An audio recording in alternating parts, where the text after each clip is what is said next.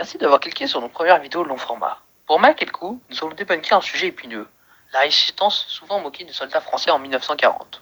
Premièrement, il faut se remettre dans le contexte historique. En 1918, la Première Guerre mondiale touche à sa fin. Un soulagement pour les familles des deux camps qui retrouvent leur mari et leur fils. Si la guerre est finie, la joie n'est pas présente chez tout le monde. Le traité de Versailles enfoncera encore plus le clou, parce que la jeune République de Weimar doit payer les réparations aux Alliés. Mais avec le plan des Américains, système de prêt aux banques, l'Allemagne sera prospère dans les années 20. Or, la crise économique de 1929, les États-Unis n'ont plus d'argent et ne peuvent plus prêter de l'argent à l'Allemagne. Les Allemands ne pouvant plus rembourser la France et la Grande-Bretagne, alors une crise économique la touche à son tour. Or, les temps difficiles sont propices aux propositions extrémistes et un petit parti d'extrême droite remporte les élections allemandes en 1833 et un petit peintre autrichien à la moustache ma foi fort extravagante devient chancelier. Mais nous allons nous concentrer sur son passage en prison en 1924, période où il écrit Mein Kampf, Mon combat en allemand, livre où il expose ses idées nauséabondes, parmi lesquelles le Brindlestone, espace vital qui comprend les Sudètes, l'Autriche et la Pologne, alors alliés de la France et de la Grande-Bretagne. L'invasion de la France. Le 1er septembre 1939, le Troisième Reich envahit la Pologne. C'est l'agression de trop pour les Alliés et déclare la guerre à Hitler.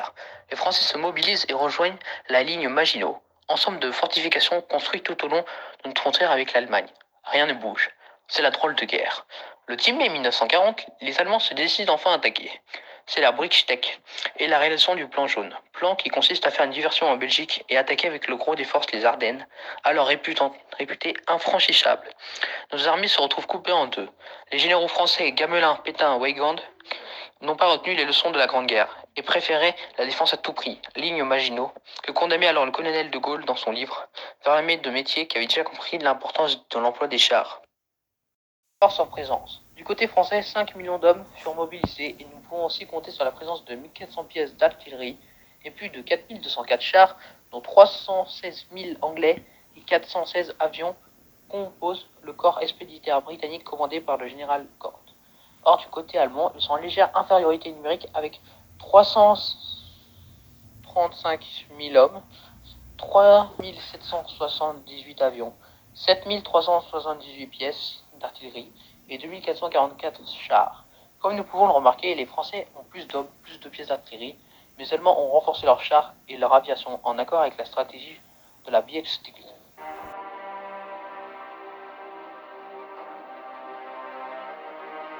La bataille de Dunkerque, qui s'est déroulée du 26 mai au 4 juin 1940, fut l'un des épisodes clés de la Seconde Guerre mondiale.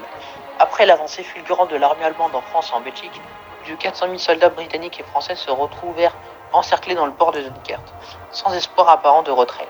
L'opération Dynamo, mise en place par les Britanniques, visa à évacuer ses troupes vers l'Angleterre. Malgré le bombardement constant et les attaques des forces allemandes, une flotte improvisée de navires militaires civils et de petits bateaux de pêche parvient à évacuer plus de 330 000 soldats britanniques protégés par la résistance acharnée des soldats français. Cet exploit, considéré comme un miracle de Dunkerque, permit de sauver une grande partie de l'armée britannique, renforçant la détermination des Alliés pour le reste du conflit. La bataille est une victoire car l'armée britannique est presque complète et pourra reconquérir l'Europe avec l'opération Overlord le 6 juin 1944.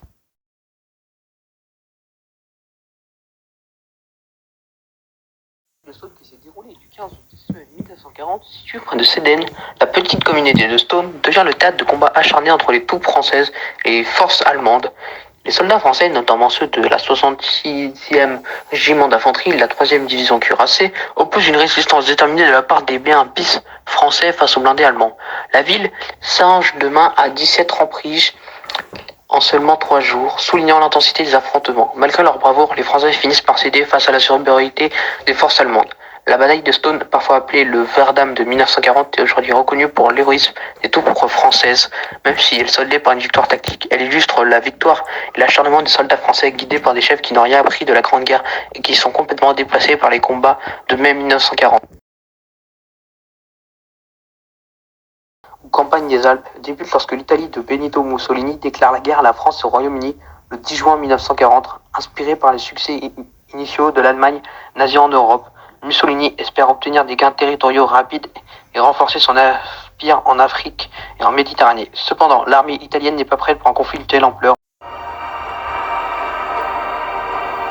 Le 21 juin 1940, les forces italiennes, concentrées dans les Alpes, lancent une attaque contre la France. Cette offensive se déroule dans des conditions extrêmement difficiles. Les troupes italiennes affrontent des fortifications françaises et les combats en haute altitude ralentissent considérablement les opérations. La progression est limitée et coûteuse pour les Italiens qui ne parviennent à avancer que quelques kilomètres malgré leur supériorité numérique. Cependant, l'armistice franco-allemande signé le 22 juin 1940 contraint la France à abandonner les combats et un autre armistice est signé le 24 juin entre la France et l'Italie. Par cet accord, Mussolini obtient un contrôle symbolique par une petite portion de territoire dans les Alpes et quelques villes frontalières. Les gains territoriaux de ces campagnes sont modestes et décevants pour Mussolini qui espérait bien plus. L'échec de ces campagnes met en lumière les faiblesses militaires et logistiques de l'Italie et l'acharnement des soldats d'exil. Les souvenirs liés à la Première Guerre mondiale obligent les habitants du Nord à quitter leur maison et à fuir sur les routes françaises. Merci d'avoir regardé notre vidéo. N'oubliez pas de liker, de vous abonner, d'activer la petite cloche. Et notre prochain sujet portera sur la guerre du désert avec le général de Gaulle.